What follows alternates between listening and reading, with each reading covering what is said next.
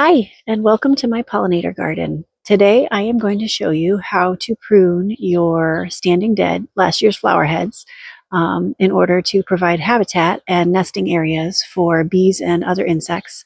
All right, so right here we have last year's stems from leaf coneflower or Sochan. And these are about 8 to 10 feet tall when they are in full bloom. The greens stay pretty close to the ground, but the flower stalks get ginormously tall. So they're great for a backdrop plant at the back of a garden for screening. And they have absolutely beautiful flowers that are loved by bees and goldfinches. To prune these dead stems to give bees and other insects habitat, we're going to cut them about 12 to 18 inches above ground level. What happens is we will leave these stems here, the dead stems, and as the new foliage comes up, they will virtually disappear within the plant. You won't see them.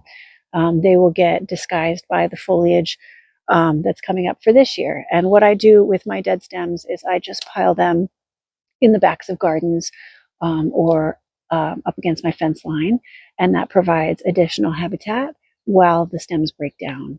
So I'm just going to trim like that and pull these back. The tops of the flower heads do tend to get a little tangled, so I try to just prune and hold them all in my hand in a bundle until I've gotten the entire clump, just to make it easier and not have to untangle every stem as I prune. And there we go. One clump is complete. And I have all of these stems here that will get used by all different kinds of bees and insects. They will bore inside the stems and use those for habitat and for laying their eggs.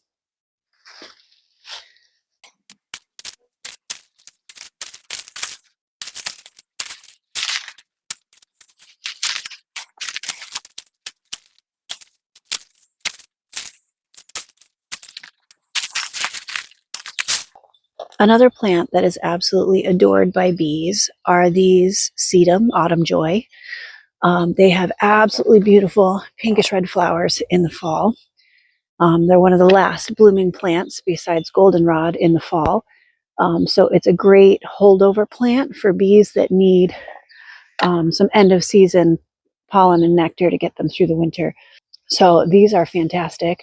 And if you leave these stems on, not only can the birds pick away at the seeds, but they give a little bit of winter interest to your garden while you're waiting for spring to come back.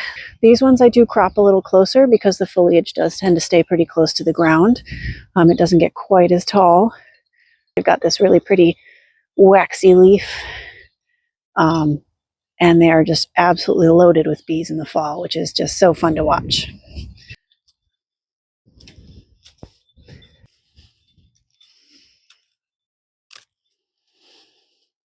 And done. So by pruning these stalks down to about 12 to 18 inches, it gives great habitat for bees and other insects that need hollow stems.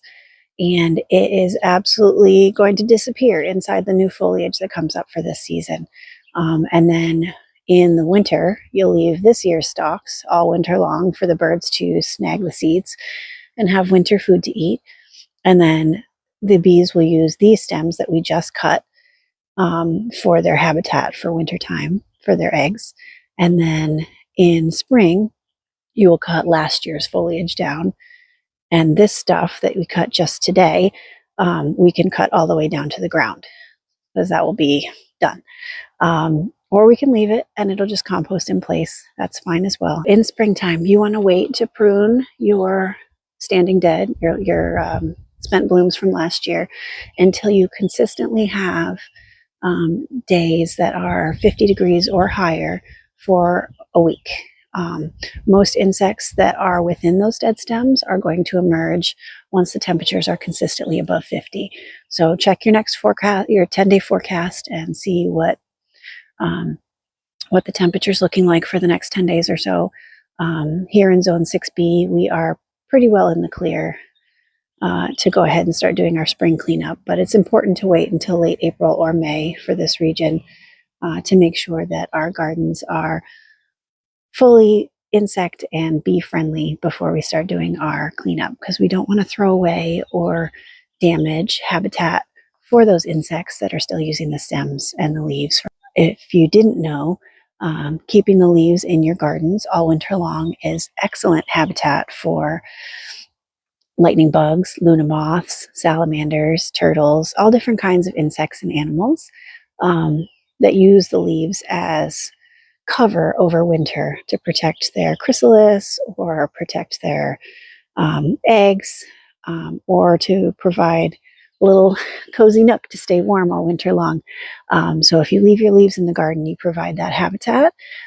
If you shred up your leaves with your lawnmower, you're not allowing that next generation of fireflies and luna moths and woolly bears and insects like those to have that habitat. So it's really important to leave the leaves in your garden, um, and not to truck it off your property and bag it up and have somebody pick it up. Just put it in the corner of your yard and leave it.